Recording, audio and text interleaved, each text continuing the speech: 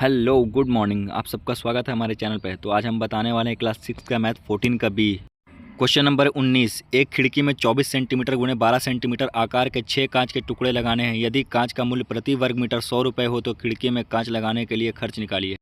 Video आप लोग पूरा देखिएगा और ध्यान से देखिएगा, आपको समझ में आ जाएगा। तो सबसे पहले हम यहाँ पर खिड़की का क्षेत्रफल लिखेंगे। क्या लिखना है यहाँ पर, आप लोग ध्यान से सुनिए। खिड़की का क्षेत्रफल बराबर 24 सेंटीमीटर गुने 12 सेंटीमीटर। ये क्वेश्चन हमको दिया गया था, ये हमने यहाँ पर लिख लिया। हमको यहाँ पर बोला जा रहा है 24 सेंटीमीटर गुने 12 सेंटीमीटर को गुना कीजिए। तो इसको गुना करेंगे तो 288 सेंटीमीटर स्क्वायर हो जाएगा। सेंटीमीटर स्क्वायर कैसे हुआ, सेंटीमीटर को सेंटीमीटर में गुना किया तो सेंटीमीटर स्क्वायर हो गया। तो हमारा कांच का टुकड़ा कितना था, 6 कांच का टुकड़ा था। कितना था, 6 कांच का टुकड़ा बराबर, यहाँ पर लिखेंगे 6 कांच के टुकड़े बराबर 288 गुने 6। ये वाला 288 जो हमारा आंसर आया था अभी, इसको 288 गुने 6 यानी कि 288 को 6 में गुना करना है। आप भी गुना कीजिए, गुना करने पर आएगा 1728। कितना आएगा, 1728 सेंटीमीटर स्क्वायर। सबसे पहले तो यहाँ पर हमको लिख लेना है इस तरीके से 1728 बटा 1000। क्या लिखेंगे, 1728 बटा 1000। अब लिखना है 1728 सेंटीमीटर स्क्वायर, इस तरीके से 1728 सेंटीमीटर स्क्वायर। अब है प्रश्न से। प्रश्न से क्या है, 1 मीटर स्क्वायर बराबर, क्या लिखेंगे, 1 मीटर स्क्वायर बराबर 100 खर्च। इस तरीके से आपको भी लिखना है, 1 मीटर स्क्वायर बराबर 100 खर्च। ऊपर में जो हमारा आंसर आया था अभी 1728 मीटर स्क्वायर, उसको यहाँ पर इस तरीके से लिख लेना, 1728 मीटर स्क्वायर। अभी 1728 को हमको गुना करना है 1000 में, जो अभी ऊपर में लिखा था मैंने 1728 बटा 1000, उस तरीके से यहाँ पर लिख करके इसको गुना करना, 1728 गुणे 1000। तो ये ज़रूरी भी नहीं है कि 1728 को 1000 में गुना करें, क्योंकि ऑलरेडी आपका 17.28 रुपया ये खर्च आएगा यहाँ पर। ये इसको इसी तरीके से लिख लेना है, ये समझाने के लिए मैंने 1000 लिखा था। Question number 20। एक वर्गाकार खेत के चारों ओर बाड़ लगाने में कुल खर्च 562.50 रुपये होता है, जबकि प्रति मीटर बाड़ लगाने में 3.75 रुपये खर्च होता है। तो उस खेत में प्रति वर्ग मीटर 2 रुपये की दर से बीज बोने में कितना खर्च होगा। तो यहाँ पर लिखेंगे 1 मीटर का खर्च बराबर 3.75 रुपये। क्या लिखेंगे, 1 मीटर का खर्च बराबर 3.75 रुपये। इस तरीके से आपको भी लिख लेना है। अब लिखेंगे परिमाप। परिमाप तो मैं आपको पिछले वीडियो में बता चुका हूँ। तो यहाँ पर लिखना परिमाप बराबर 562.50 बटा 3.75। इस तरीके से आपको भी लिख लेना है, 562.50 बटा 3.75। मतलब कि 562.50 बटा 3.75 को भाग देना है, तो भाग देने पर आंसर आएगा 150 मीटर। यहाँ पर फिर से हमको लिखना है परिमाप। क्या लिखना है, परिमाप। परिमाप बराबर लिखना है यहाँ पर, जैसे जैसे लिख रहा हूँ वैसा आपको भी लिखना है। परिमाप बराबर 4 गुने भुजा। परिमाप बराबर 4 गुने भुजा बराबर 150 मीटर।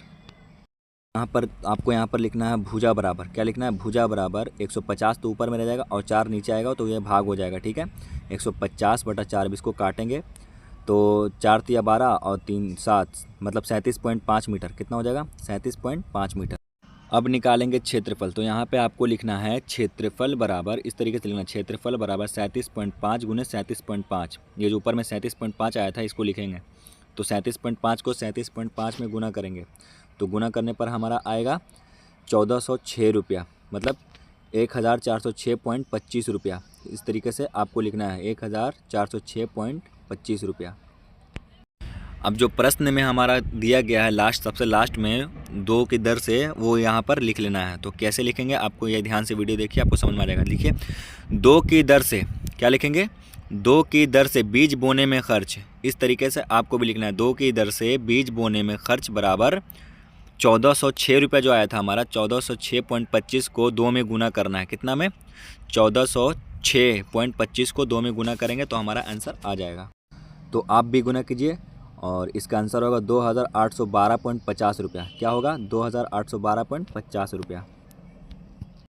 नेक्स्ट क्वेश्चन है क्वेश्चन नंबर 21। एक गली की लंबाई 192 मीटर है और यह सभी जगह 5 मीटर चौड़ी है। उस पर 20 सेंटीमीटर और 15 सेंटीमीटर ईंट बिछानी है। ठीक है, 900 रुपये 1000 ईंट की दर से गली में ईंट बिछाने में कुल कितना खर्च बैठेगा। ये काफ़ी हार्ड और इम्पॉर्टेंट क्वेश्चन है, तो आपको इस वीडियो को पूरा देखना है, इस क्वेश्चन को पूरा समझना है, आंसर किसका कैसे आएगा। पूरा देखिए वीडियो को और समझिए।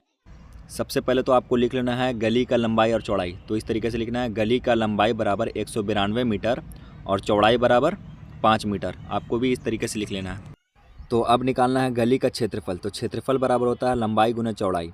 ठीक है, तो इस तरीके से लिखना है, गली का क्षेत्रफल बराबर लंबाई गुना चौड़ाई। अब जो हमारा लंबाई है, लंबाई 192 है, 192 मीटर यहाँ पर लिख लेना इस तरीके से, और गुने चौड़ाई 5 मीटर है। इन दोनों को अब गुना करेंगे, गुना करने पे आएगा 960। इस तरीके से आपको भी लिखना 960 मीटर स्क्वायर। मीटर से मीटर में गुना किया तो मीटर स्क्वायर हो गया। अब इस मीटर को सेंटीमीटर में बदलेंगे, तो कैसे बदलना है, 960 गुने 100 सेंटीमीटर। इस तरीके से आपको लिखना है 960 गुने 100 सेंटीमीटर। 960 को 100 में गुना करेंगे तो 96,000 सेंटीमीटर स्क्वायर हो जाएगा। इस तरीके से आपको भी लिख लेना है। अब आपको आ जाना है ईंट में। तो यहाँ पर लिखेंगे इस तरीके से, ईंट का लंबाई बराबर, क्या लिखेंगे, ईंट का लंबाई बराबर 20 सेंटीमीटर दिया गया था ना, 20 सेंटीमीटर लिख दिया, और इसका चौड़ाई है 15 सेंटीमीटर। इस तरीके से आपको भी लिख लेना है, ईंट का लंबाई बराबर 20 सेंटीमीटर, चौड़ाई बराबर 15 सेंटीमीटर। अब लिखना है ईंट का क्षेत्रफल। क्षेत्रफल बराबर होता है लंबाई गुने चौड़ाई। क्या होता है, लंबाई गुने चौड़ाई। तो ईंट का क्षेत्रफल लिखेंगे इस तरीके से, लिखना है लंबाई गुने चौड़ाई। लंबाई हमारा दिया गया इसमें 20 सेंटीमीटर, ईंट का लंबाई 20 सेंटीमीटर दिया गया, तो यहाँ पर 20 सेंटीमीटर लिख लेंगे, और चौड़ाई 15 सेंटीमीटर। इन दोनों को गुना करेंगे, गुना करेंगे तो यहाँ पर हो जाएगा 300 सेंटीमीटर स्क्वायर। क्या होगा, 300 सेंटीमीटर स्क्वायर। अब बढ़ते हैं आगे। तो आप लोग यहाँ पर ध्यान दीजिएगा, थोड़ा सा यहाँ पर ध्यान दे दीजिए, समझ में आ जाएगा। टोटल खर्च बराबर, क्या लिखेंगे, टोटल खर्च बराबर गली का क्षेत्रफल गुने ईंट का क्षेत्रफल। दोनों का क्षेत्रफल यहाँ पे लिखना है और बीच में गुना का साइन होना चाहिए। गली का क्षेत्रफल गुने ईंट का क्षेत्रफल बटा 1000 रुपया। इस तरीके से आपको लिखना है, गली का क्षेत्रफल गुने ईंट का क्षेत्रफल बटा 1000 रुपया। तो हमारा गली का क्षेत्रफल था 96,000, कितना था, 96,000 गुने ईंट का क्षेत्रफल था 300। दोनों को लिख लेंगे, 300 बटा 1000। अब देखिए 1000 नीचे लिख लिया, अब जो कटेगा उसको काटेंगे, 3 0 से 3 0 कट गया, अब बचा 96 गुने 300। इन दोनों को गुना कर लेंगे, दोनों को गुना करने पर आंसर आएगा 28,800। वीडियो अच्छा लगा हो तो हमारे चैनल को सब्सक्राइब करें। Thank you.